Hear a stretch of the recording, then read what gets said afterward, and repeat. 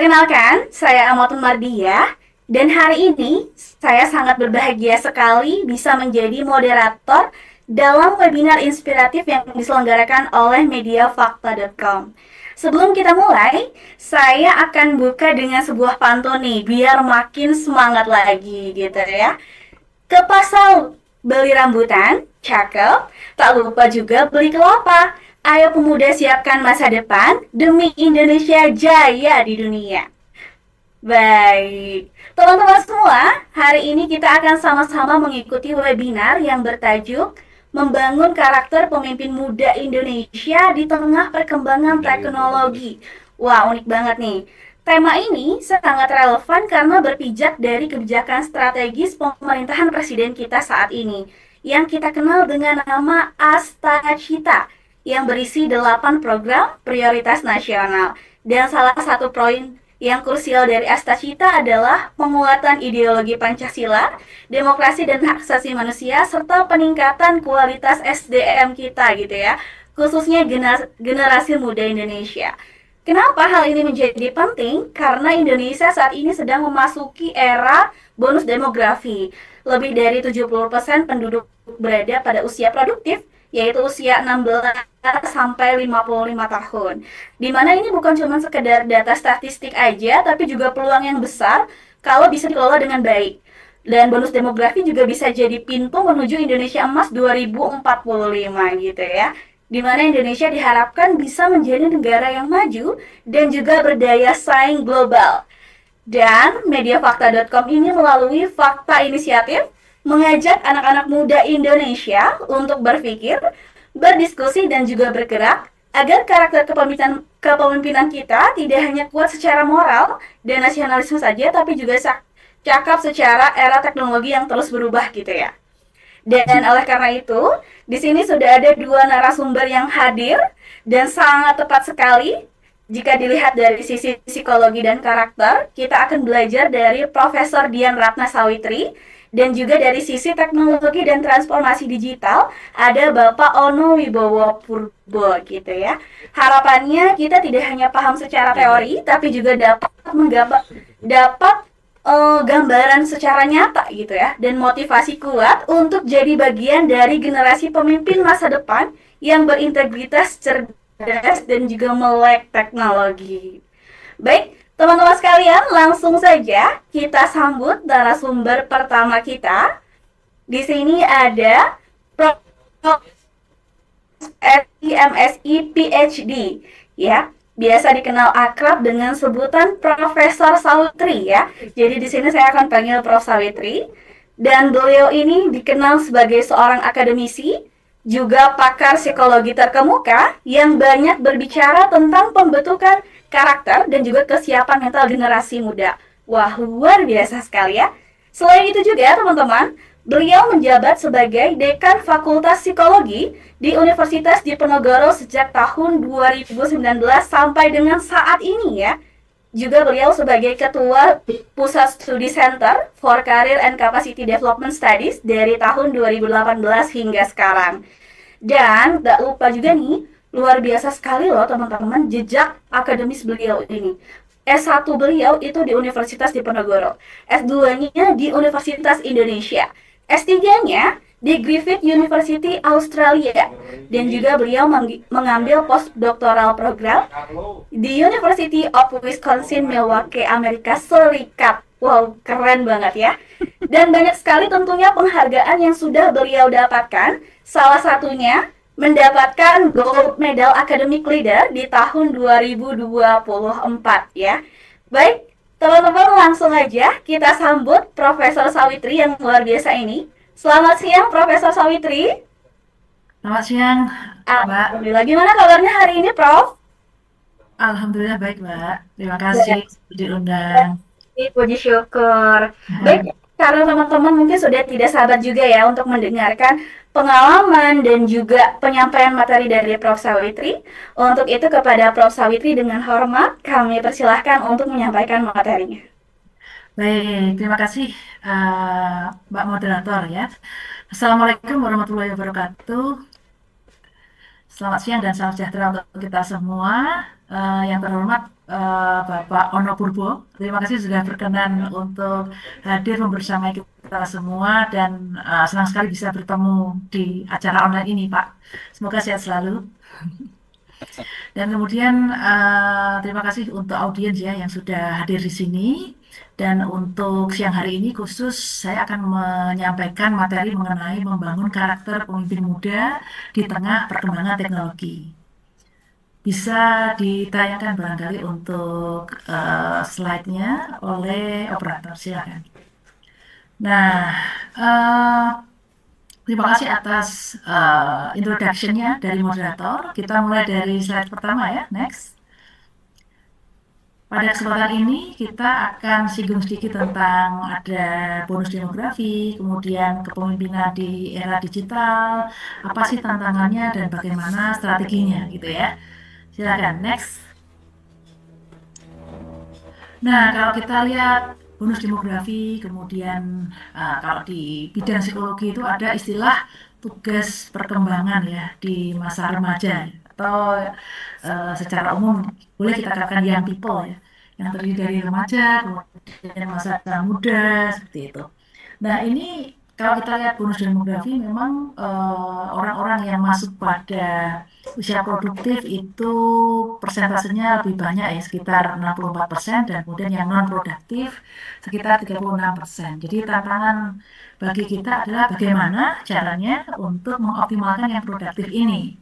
Nah, kalau kita lihat geser ke kanan ini ada tugas-tugas perkembangan di masa remaja ya dan dewasa awal pada yang people, yaitu mempersiapkan karir dan kemandirian ekonomi gitu ya.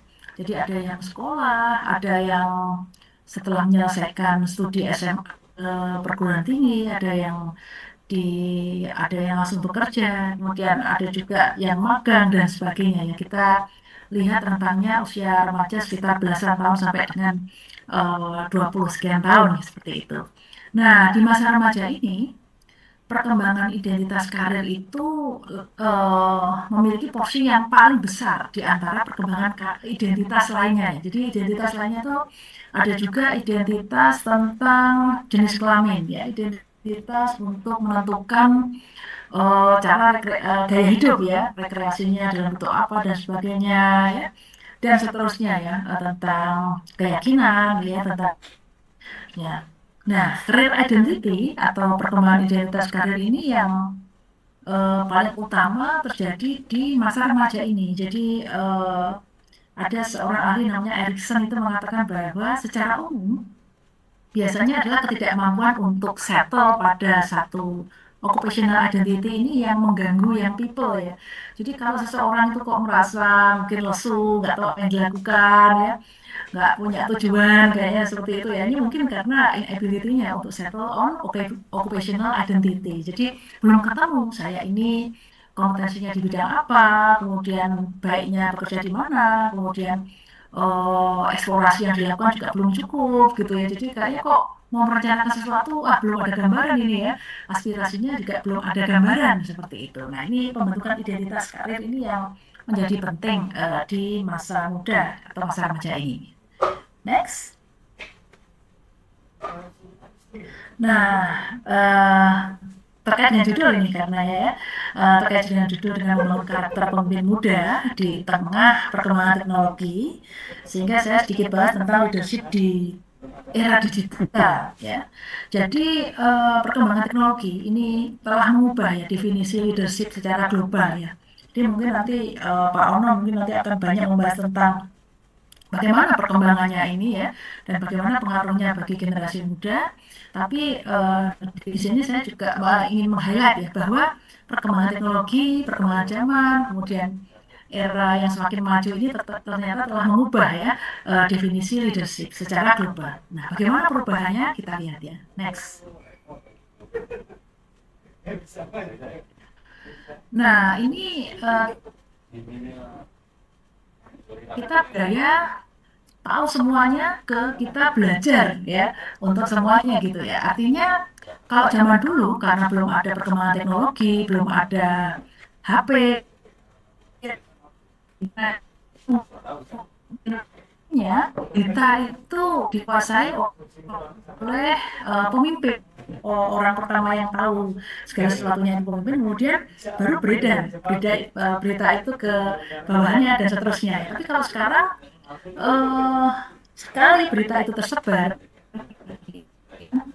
atau influencer tidak harus menunggu lama. Jadi bisa jadi informasi itu diketahui oleh leader, kemudian dalam waktu yang bersamaan diketahui oleh anggotanya, pada kalanya juga anggotanya tahu dulu dan seterusnya. Jadi intinya kalaupun pemimpin itu tahu duluan, ya kan, tidak lama kemudian mungkin informasi itu bisa berkembang ya, dan mungkin sekarang zamannya tidak lagi kekuasaan itu dipegang oleh semua yang tahu segala sesuatu, karena hampir semua orang bisa tahu segala sesuatu secara bersamaan, tapi budaya bagaimana kita mempelajari segala sesuatu.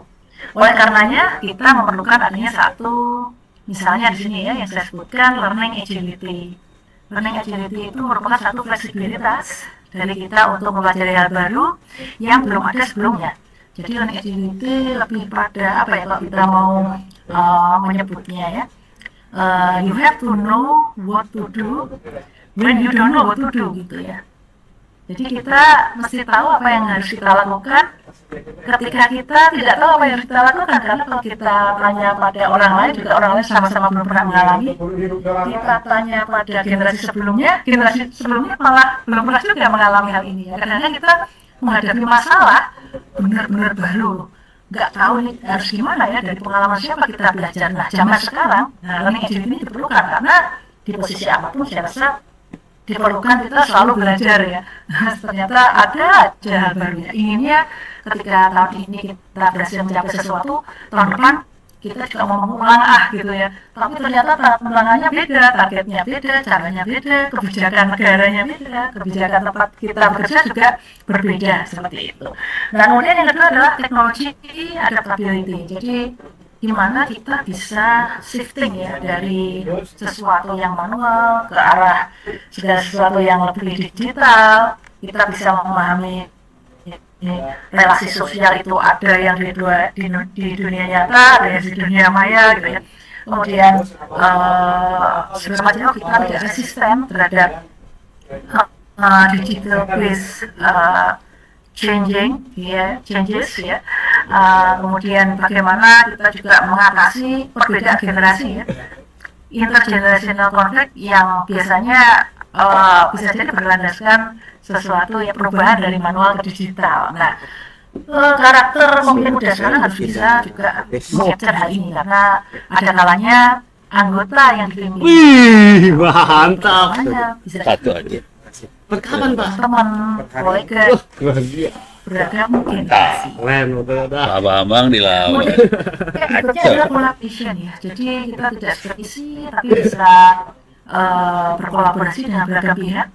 Tahu potensi kita, tapi tahu juga kelemahan kita, dan kelemahan kita itu bukan berarti sesuatu yang apa ya, kemudian menghambat kita melakukan sesuatu, tapi begitu kita mengetahui apa yang lemah dari diri kita, kemudian kita punya network, kita punya stakeholder, barangkali atau kita punya rekan kolega yang bisa diajak kolaborasi. Nah di situ mungkin kunci untuk kita bisa maju bersama.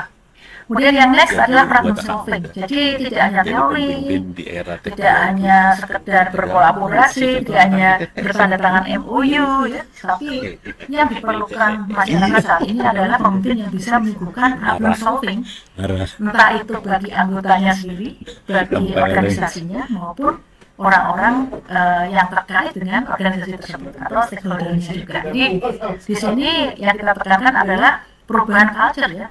Dari kita harus tahu semuanya sebagai pemimpin muda, adik-adik mungkin atau teman-teman semua yang mungkin juga sudah banyak berlatih, sudah banyak menjadi pemimpin di organisasi di kemahasiswaan, barangkali ada perubahan ke culture yang bahwa kita perlu belajar ya, selalu belajar di setiap langkah kita.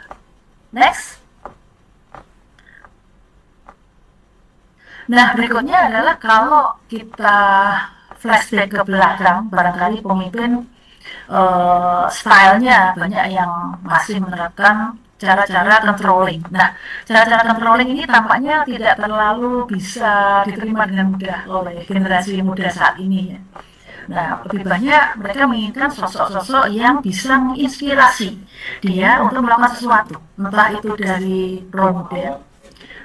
Jadi dia melihat sosok lain yang mungkin lebih mumpuni, lebih kompeten. Dia melihat sosok itu dari pemimpinnya yang harapannya bisa menginspirasi, memberikan contoh dan sebagainya.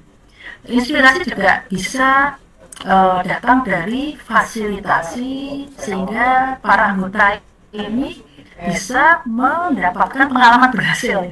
Jadi ada kesempatan-kesempatan berupaya yang ya meskipun barangkali ya tuntutannya adalah kalau ikut lomba pasti harus menang nomor 1 misalnya ya, tapi ada kesempatan-kesempatan exercise of control ya ke teman-teman anggota ini sehingga mereka mengalami pengalaman-pengalaman yang ada latihannya. Oh, aku bisa berhasil nih melakukan segala sesuatu gitu ya. Nah, ini sosok yang inspiring tampaknya disukai ya. Kemudian berikutnya adalah yang bisa memfasilitasi perubahan.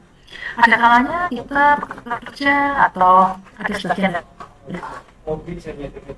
ada tertentu, ada komitmen tertentu di mana target begitu tinggi ya dan sedikit. Nah, untuk bisa belajar, teman-teman ini membutuhkan fasilitasi untuk perubahan itu ya, entah itu dari program yang disuguhkan, kemudian informasi yang diberikan ya, kemudian reward system yang dikembangkan oleh pemimpin itu sehingga memfasilitasi perubahan itu, tidak sekedar ini loh targetnya sekian, kamu harus bisa mencapainya gitu ya. Ini loh KPI-nya setinggi ini gitu. Mereka ingin KPI itu keep our personnel informed gitu ya, keep our personnel inspired gitu ya. Jadi KPI-nya itu ada sisi fasilitasi ya, ada menggonggongnya, tapi target tinggi, aspirasi tinggi, tapi ada facilitating change.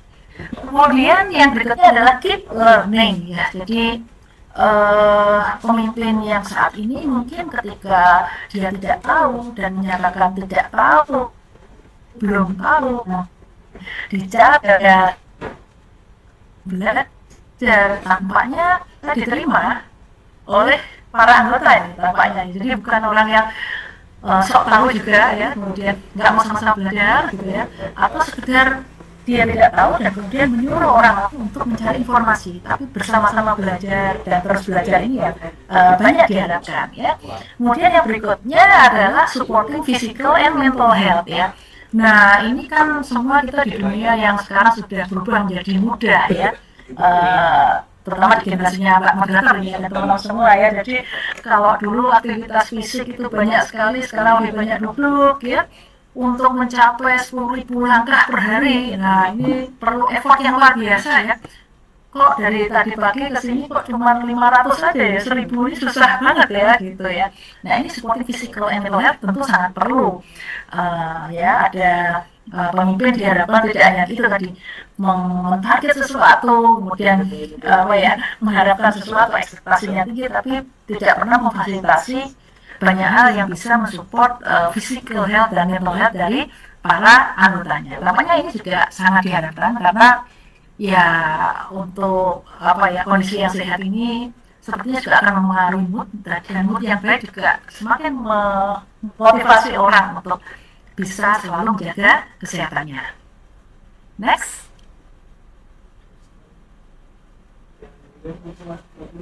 Nah, ini kalau teman-teman muda biasanya mempertimbangkan ya, resource of power sekarang itu apa sih gitu ya. Kalau dulu barangkali orang dikatakan kuat kalau dia itu senior dan statusnya tinggi gitu ya. Status tinggi dari apa? Dari mungkin dari financial status ya, dari jabatan dan seterusnya. Tapi di sini mulai ada perubahan bahwa tidak hanya status dan seniority, atau tidak semata-mata status dan seniority, tapi tampaknya ada pergeseran ke arah influence ya, knowledge and network. Jadi pemimpin muda yang memiliki banyak pengaruh, entah itu apa ya, dari kepribadiannya, dari perubahan-perubahan yang diusungnya, dari aktivitas nyatanya, ya, kemudian dari pengetahuannya, ya, dan kemudian jejaring yang dimilikinya. Tampaknya ini lebih di-highlight oleh teman-teman saat ini sebagai resource of power daripada sekedar status dan seniority. Meskipun karena budaya kita, ya, kita berada di budaya kolektivis dengan power distance index yang cukup tinggi, status dan seniority ini tetap penting juga, ya, tapi ada hal lain yang dipertimbangkan, ya. Jadi tidak sekedar status, tidak sekedar sesuatu yang statis juga, ya, tapi lebih banyak bagaimana SSN tanggal berapa? diharapkan Publis ya, muncul dari sosok Agung. pemimpin. Waktu itu pengajian Next. SSN kalau nggak salah 2004 ya.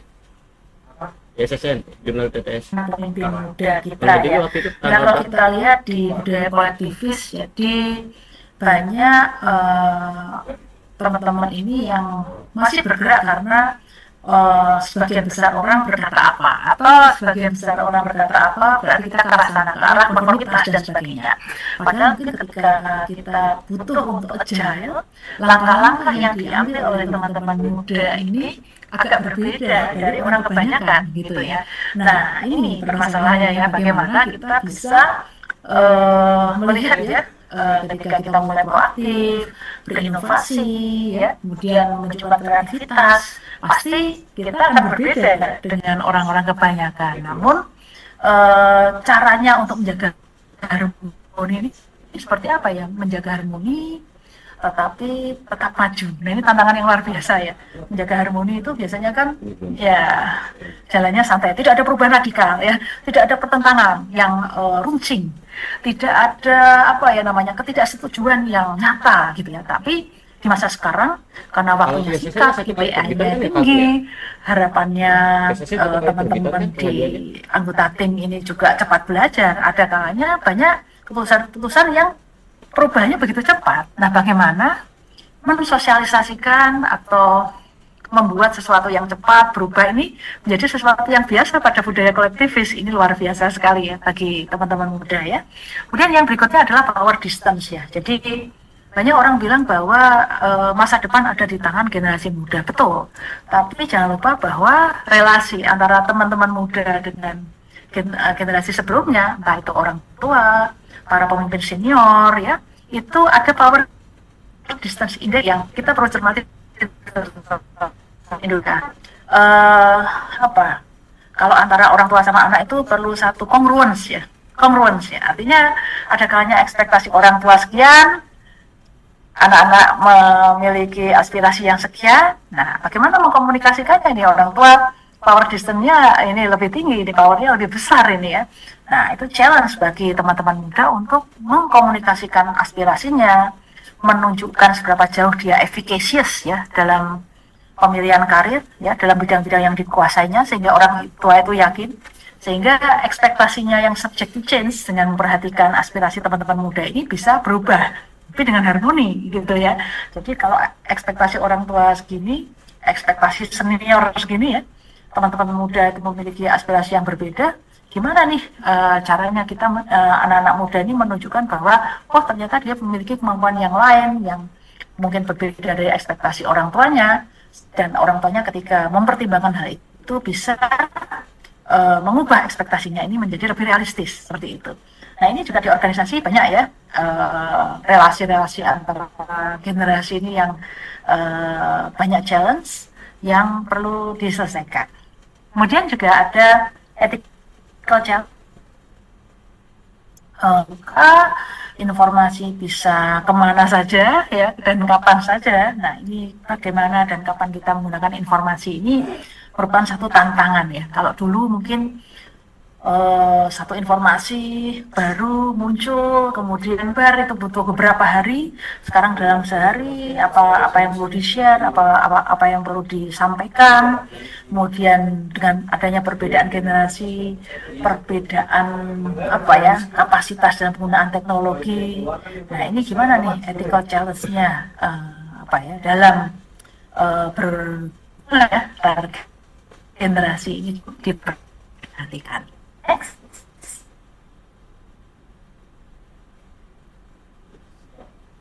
Ya, kemudian strateginya untuk teman-teman muda barangkali yang pertama setting realistic goals ya. Tentu setting goals ini cita-cita, aspirasi atau goals atau apapun namanya itu tidak tumbuh di ruang hampa. Membutuhkan adanya role model, pasti ya ada teman-teman yang memang sudah tumbuh di lingkungan yang ayah ibunya pernah menjadi leader, kakaknya menjadi leader juga, kemudian dia tumbuh di organisasi, ya, kemudian ada juga yang memiliki teman-teman yang juga mensupportnya. Jadi sementara ada pula yang sebetulnya memiliki bakat menjadi leader, tapi tidak tumbuh di keluarga yang cukup suportif seperti itu. Nah, ini perlu setting realistic goals ya. Nah, kemudian juga boosting career decision making self efficacy. Jadi keyakinan ini bisa tumbuh kalau Anda sudah exercise, adik-adik di sekolah, SMA barangkali ya, atau di universitas sudah banyak yang mulai berlatih untuk menjadi pemimpin ya, entah itu pemimpin di kegiatan OSIS, menjadi ketua OSIS, ketua organisasi siswa lainnya, ketua organisasi kemahasiswaan. Ini bisa membantu boosting career decision making self efficacy karena dari pengalaman berhasilnya ya, pengalaman berhasil nih, apa pengalaman berhasilmu? Saya pernah memimpin satu grup untuk study tour ya, pernah ada KKL barangkali ya, atau menjadi pemimpin KKN tematik misalnya seperti itu ya, atau apapun itu. Jadi ada pengalaman-pengalaman berhasil yang adik-adik kok mendapat, kamu kok jadi pemimpin kok suka ngambek gitu ya misalnya, oh iya ya, kemudian di kesempatan berikutnya ada masukan lagi, oh kamu pemimpin kok kurang menyerap aspirasi anggota. Nah, ini semakin dia bisa memperbaiki diri juga ya. Nah, dari pengalaman-pengalaman itu ada juga vicarious experience ya. Dan jadi vicarious experience ini pengalaman yang dia lihat dari orang lain. Misalnya dia lihat kakak kelasnya ternyata ada 1, 2, 3 hal yang disukai ya. Jadi dia belajar, oh ternyata level of acceptability menjadi turun drastis apabila orang itu seperti itu. Maka aku belajarlah untuk bla bla bla gitu ya. Jadi vicarious experience ini pengalaman yang kita lihat dari orang lain. Nah, berikutnya identifying and optimizing support system. Ya, ada kalanya ketika kita ingin meraih sesuatu, entah itu menjadi pemimpin atau menekuni bidang karir tertentu, itu seringkali adik-adik ini mengatakan pada saya ya, wah saya tidak mendapatkan support dari orang tua Bu. Nah, kenapa? Saya mau ikut organisasi ini atau saya ingin lanjut studi gitu ya. Kapan daftarnya? Besok minggu depan. Ngomongnya ke orang tua kapan? Baru kemarin. Nah, ini belum tentu tidak disetujui karena itu baru dialog pertama ya. Mungkin orang tua kan karena perbedaan generasi, perbedaan zaman kaget, loh kamu kok ikut organisasi itu? Loh kamu kok mau menekuni karir sebagai misalnya wirausahawan? Loh kamu kok mau studi lanjut bukannya mau bekerja? Itu baru dialog yang pertama, jadi belum tentu tidak disetujui. Tapi congruence itu di dalam budaya kita, budaya kolektivis, bagaimana kita menginformasikan ke orang-orang terdekat, kemudian bagaimana juga menunjukkan bahwa kita bisa, itu butuh waktu ya, butuh waktu. Artinya tidak bisa kita ngomong sekali, orang itu support system kita, biasanya ada inisiasi-inisiasi, kita perlu proaktif ya. Kalau orang tua itu, kalau dengan orang tua kita mungkin mensupport untuk proaktif, ngobrol sama anak, kalau dengan anak kita juga perlu support untuk proaktif mengajak generasi sebelumnya itu untuk berdialog. Nah, kadang-kadang juga identifying and expanding network ini penting.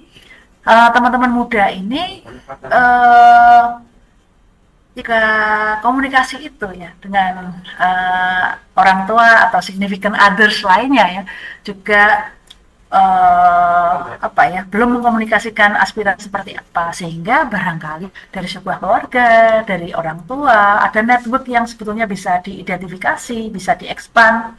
Si orang tua ini juga tidak terlalu paham ya dukungan apa ya yang perlu saya berikan kepada anak saya ya gitu ya, karena dulu nggak ada nih zaman-zaman 20 tahun yang lalu barangkali ada kegiatan kok namanya misalnya international internship gitu ya. Magang kok ke luar negeri misalnya gitu ya. Ada pengabdi kegiatan community development, tapi international community development ya. International community service. Wah, zaman dulu nggak ada nih ya. Support apa yang ada ini tidak terkomunikasikan, sehingga seakan-akan oh aduh nggak ada dukungan nih untuk saya mencoba berperan di organisasi, untuk saya mencoba beragam kegiatan karena belum terkomunikasikan dan belum teridentifikasi untuk networknya ya. Next. Konteksnya Ya, ini slide yang terakhir ya. Jadi menurut Franklin D. Roosevelt, dia mengatakan bahwa we cannot always build the future for our youth, but we can build our youth for the future. Kadang-kadang orang tua kita ini ada kecenderungan untuk menginvestasikan sesuatu yang tidak bekerja, ingin tanah, ingin mobil gitu ya, untuk masa depan anak saya gitu ya, sehingga ketika teman-teman muda ini membutuhkan fasilitasi untuk pendidikan, untuk berorganisasi, untuk mengikuti kompetisi, menjajal beragam kompetensi untuk ya selain menjadi pembina juga di berbagai bidang ya, ada seni, ada pendidikan ya, dan kemudian sains juga ya. Nah ini membutuhkan fasilitasi yang apa ya, tidak sekedar benda-benda mati itu. Jadi harapannya ke depan antara generasi ini, terutama generasi muda dan generasi senior itu ada komitmen bahwa kita ada komitmen untuk membangun future for our youth ya, investasi pada pendidikan, ya, pada perkembangan, pada exploration of identity ya. Jadi ada komitmen yang lebih kuat untuk bersama-sama membangun teman-teman muda ini untuk siap menghadapi masa depan. Next. Ya, saya rasa itu. Saya akhiri. Terima kasih.